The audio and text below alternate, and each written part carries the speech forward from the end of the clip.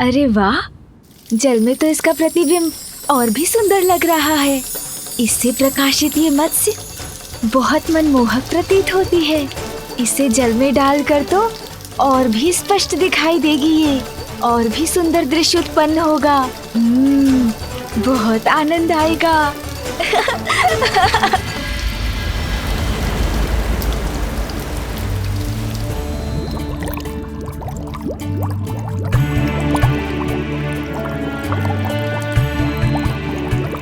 समुद्र देव, क्या आप ये अनमोल मोती देवी पार्वती और उनके पुत्र को उपहार स्वरूप भेंट करेंगे? हाँ मंत्री जी, मैं स्वयं कैलाश लेकर जाऊंगा इन्हें।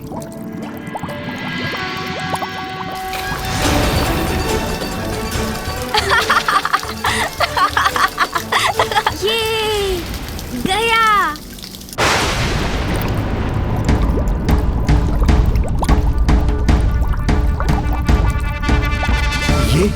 ये अकस्मात क्या हो रहा है? मेरे जल में ये कैसी हलचल हो रही है? और ये प्रकाश कैसा है?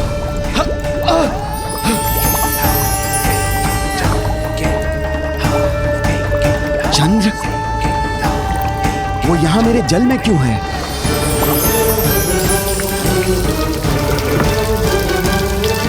चंद्रमा के प्रकाश से ही मेरे नेत्र चकाचौंध हो रहे हैं।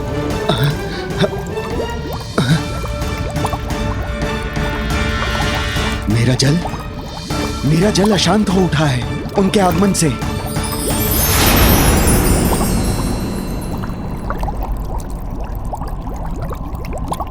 अब पुनः सब शांत हो चुका है।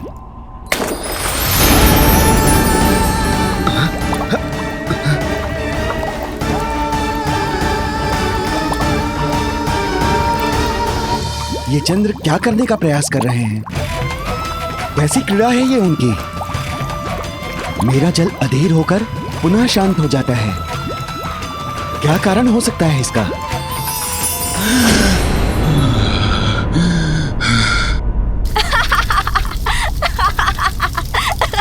मुक्त करो मुझे, मुक्त करो।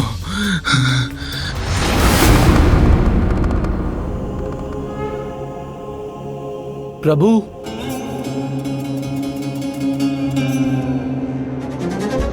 प्रणाम प्रभु। नंदी, कहो क्या बात है?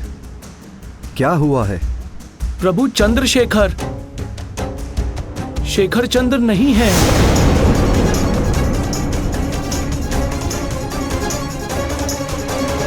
मैंने वरदान दिया था चंद्र को कि वो सदा मेरे शीश पर स्थित रहेंगे। फिर वो मेरे शीश से कहाँ चले गए? कौन हटा सकता है उन्हें वहां से? क्या हुआ ब्रह्मदेव, आप इतने शांत क्यों हो गए?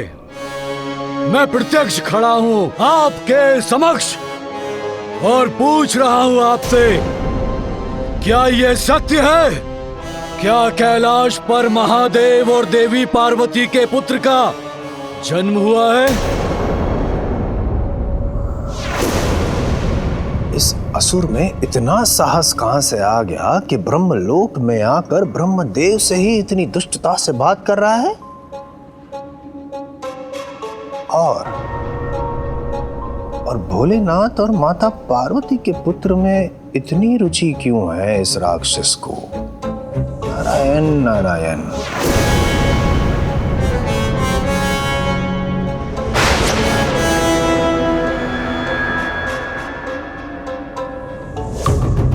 किंतु ये कैसे संभव है? महादेव ने तो वचन दिया था देवताओं को, उनके और देवी पार्वती के संयोग से उन्हें कोई संतान नहीं होगी।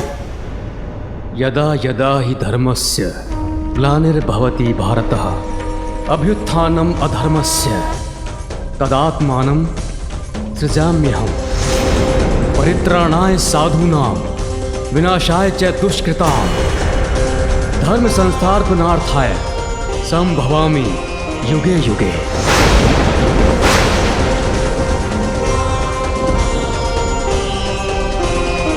संसार में जब भी धर्म का ह्रास होगा, जब भी बुराई की शक्तियां अपना वर्चस्व स्थापित करेंगी, जब भी तुम जैसे दुष्ट के अस्तित्व का प्रभाव होगा, तो तुम्हारे जैसे दुष्टों का अंत करने के लिए तुम्हारे काल का रूप लेकर, शुभता का बल बनकर, असाधारण रूप धारण कर दिव्यता का आगमन भी अवश्य होगा।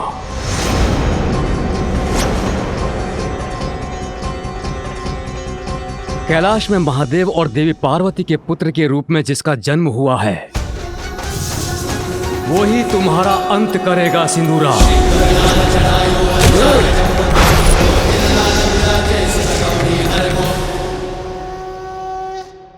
ब्रह्मदेव, मुझे भयभीत करने का प्रयास कर रहे हैं आप।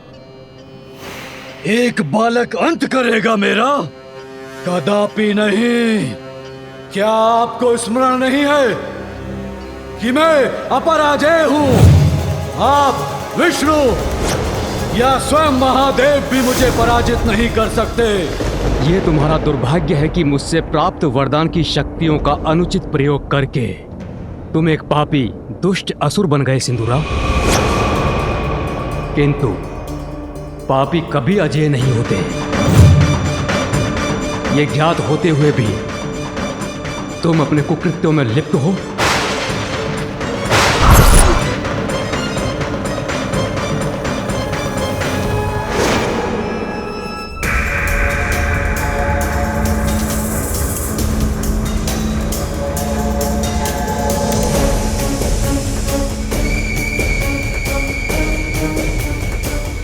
ब्रह्मदेव, प्रतीत होता है कि आपकी बुद्धि आपका साथ छोड़ चुकी है।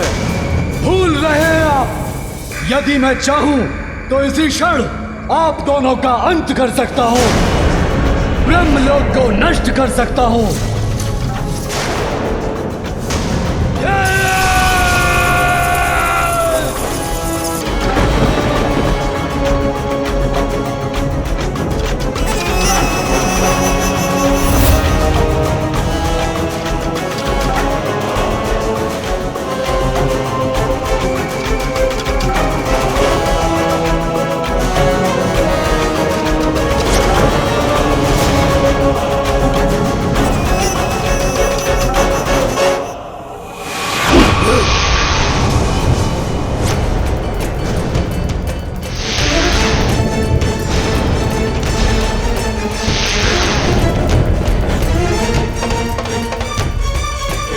बस सिंदूरा, बहुत हुई तुम्हारी धृष्टता।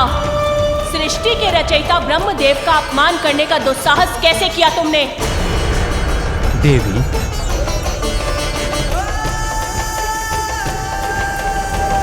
और तुमसे अपेक्षा भी क्या कर सकता हूं मैं? तुमने अपनी शक्तियों को व्यर्थ किया है।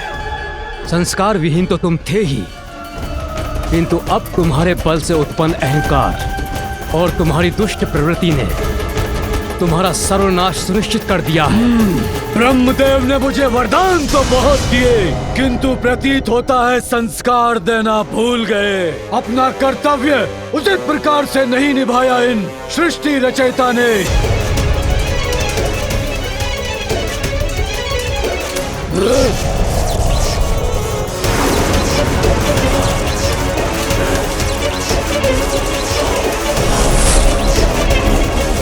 बहुत हुआ ये प्रलाप। अब मैं उस बालक का वध करूंगा। सिंदूरा का अंत कोई नहीं कर सकता, कोई नहीं। उस बालक का अंत कर आपके ब्रह्मलोक को नष्ट करने के लिए शीघ्र लौटूंगा मैं।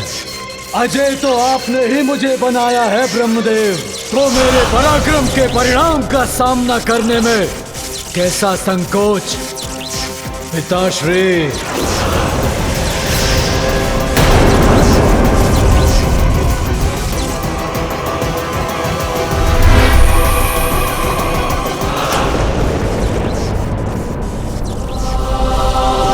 ये मेरी सबसे बड़ी भूल का प्रत्यक्ष रूप है।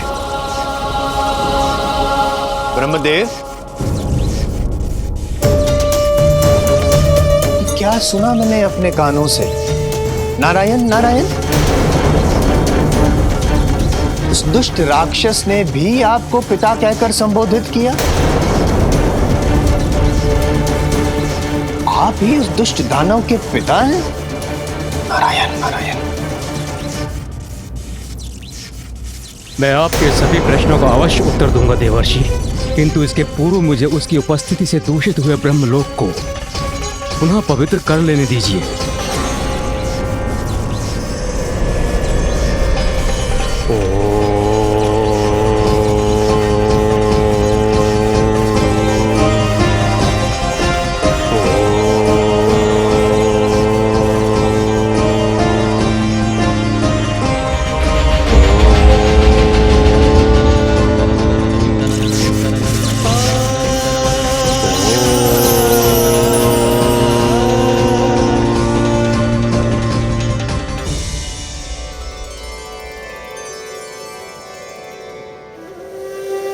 अब मैं आपके प्रश्नों का उत्तर देने के लिए प्रस्तुत हूं देवर्षि।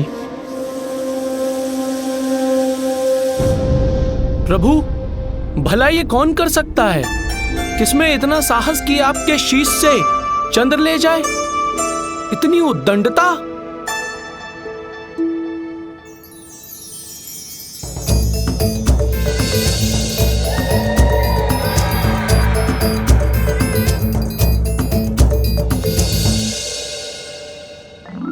अवश्य मेरा पुत्र ही चंद्र को ले गया होगा।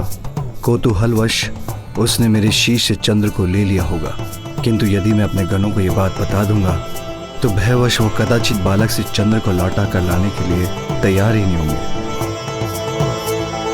तुम सभी जाओ और शीघ्र चंद्र को ढूंढ कर लाओ। जी प्रभु।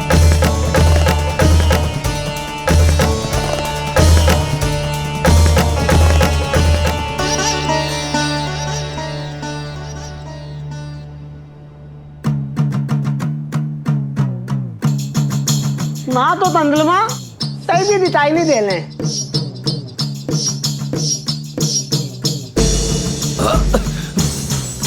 अरे क्या कर रहे हो तुम लोग?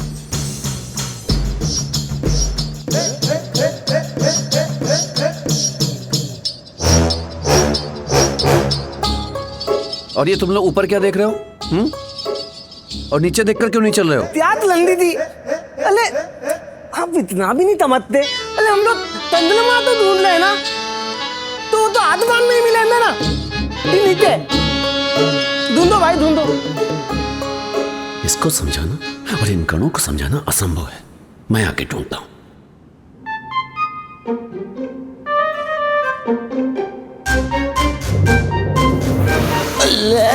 क्या चल रहा है भाई? देखते चलना।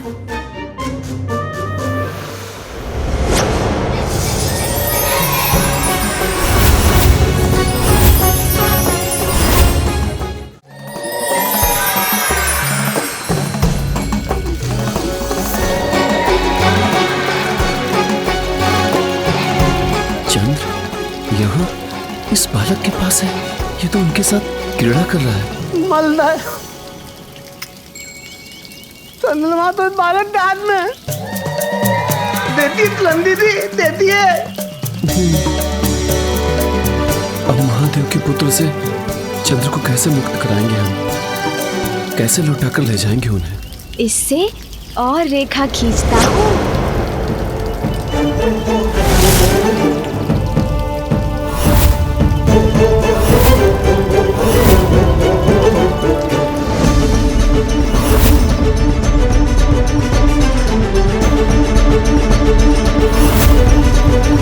ये तो फिर से रेखा खींच रहा है। नहीं श्रृंगी, इसे छेड़ना उचित नहीं।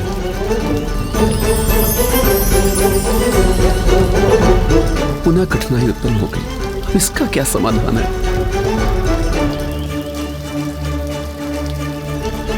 अन्य कोई गढ़ भी इसकी ओर नहीं बढ़ेगा, किंतु प्रभु के आदेश का उल्लंघन भी ना हो, साहस जुटा के मैं ही आगे बढ़ पाऊं। ये सुंदर है।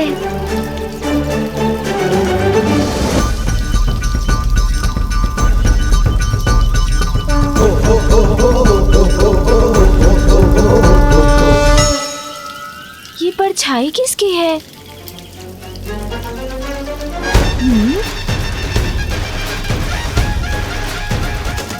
कौन है?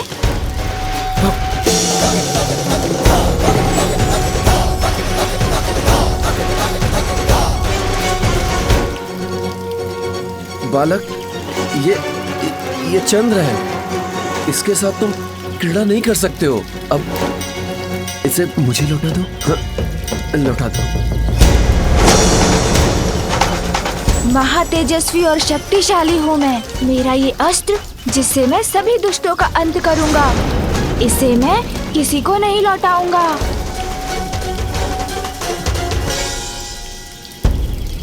चलो बिल तलो। अरे तलो, अरे तोतला हम रसोई घर में नहीं है, अभी हम बालक के समक्ष हैं। बालक ते तमत्ते तिले तो तेलाऊं। चलो चलो छित्तो जाते। ओ चलो, पर कैसे? महादेव के आदेश का उल्लंघन करके? बहुत आनंद आ रहा है।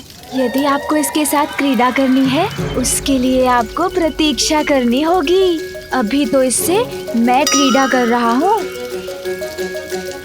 जब तक मेरा मन नहीं भर जाए, मैं इसे किसी को नहीं लौटाऊंगा। देखिए ना, मैं अभी आपको कुछ दिखाता हूँ। तितली बोलता भूल देते हो। चलो छित्तो जाते। भादो यहाँ से भादो। अरे तोतला, कौन सी तितली और किसके बाल? हम यहाँ इसके हाथ में चंद्र की बात कर रहे हैं और एक आप है कि... अरे नहीं श्रृंगी जी, ये कह रहे हैं कि पिछली बार भूल गए क्या, इस बालक से उलझने का क्या परिणाम हुआ था।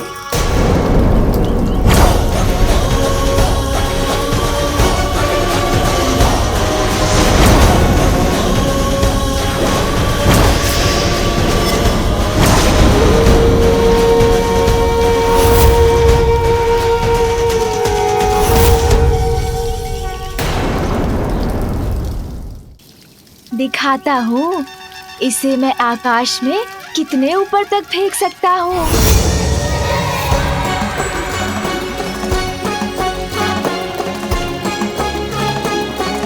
देखिए।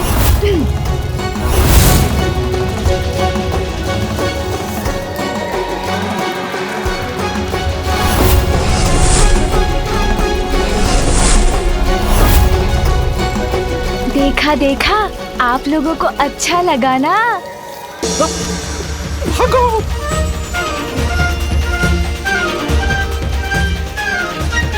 और दिखाऊं? अभी तो यही थे सभी, कहाँ चले गए? किंतु ये तो है मेरे पास। प्रभु, वो बालक आपके पुत्र चंद्र को नहीं लौटा रहे हैं। हमने उनसे चंद्र को लौटाने के लिए कहा तो उन्होंने उत्तर दिया कि वो चंद्र के साथ क्रीड़ा कर रहे हैं। जिन साक्षात चंद्रदेव को वरदान देकर मैंने उनके प्रतीक को चंद्र रूप में अपने शीश पर धारण किया है, जिनके अस्थिर होने से सृष्टि का संतुलन बिगड़ सकता है, एक बालक उनके साथ क्रीड़ा करे, क्या ये उचित है? नंदी, तुम जाओ और शीघ्र चंद्र को लौटा कर लाओ। उन्हें उनके उचित स्थान पर स्थापित करो। जी प्रभु।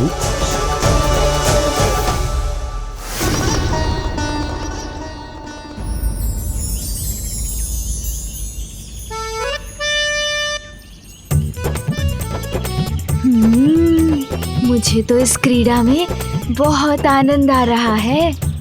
इसे पुनः उछाल कर देखता हूँ। इतना सुंदर फल, अवश्य स्वादिष्ट भी होगा। थोड़ा और ध्यान से देखता हूँ। इसे तोड़ लेता हूँ, फिर इसके स्वाद का आनंद लूंगा, खाऊंगा इसे।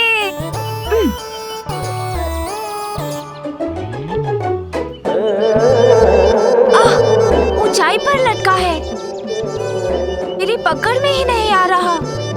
ऐसे तो नहीं तोड़ सकूंगा, कोई युक्ति लगानी होगी।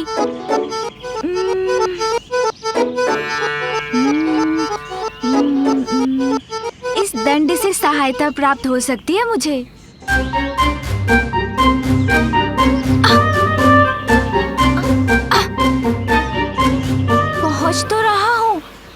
लक्ष्य नहीं साध पा रहा हूँ। कुछ और करना होगा।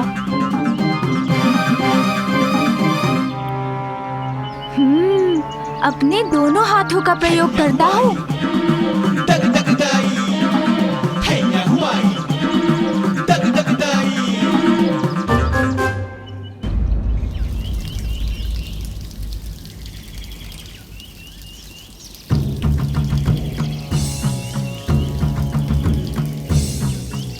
बालक को यहीं कहीं होना चाहिए। यहां से अधिक दूर तो नहीं जा पाया होगा।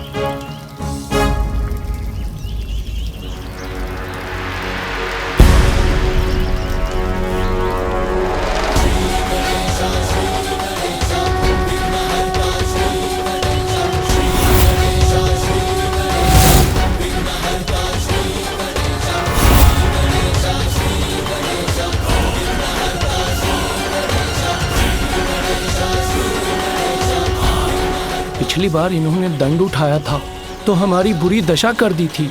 इस बार न जाने क्या कर बैठे। अब मैं प्रभु की आज्ञा का पालन कैसे करूं? इनसे चंद्रमा कैसे प्राप्त करूं?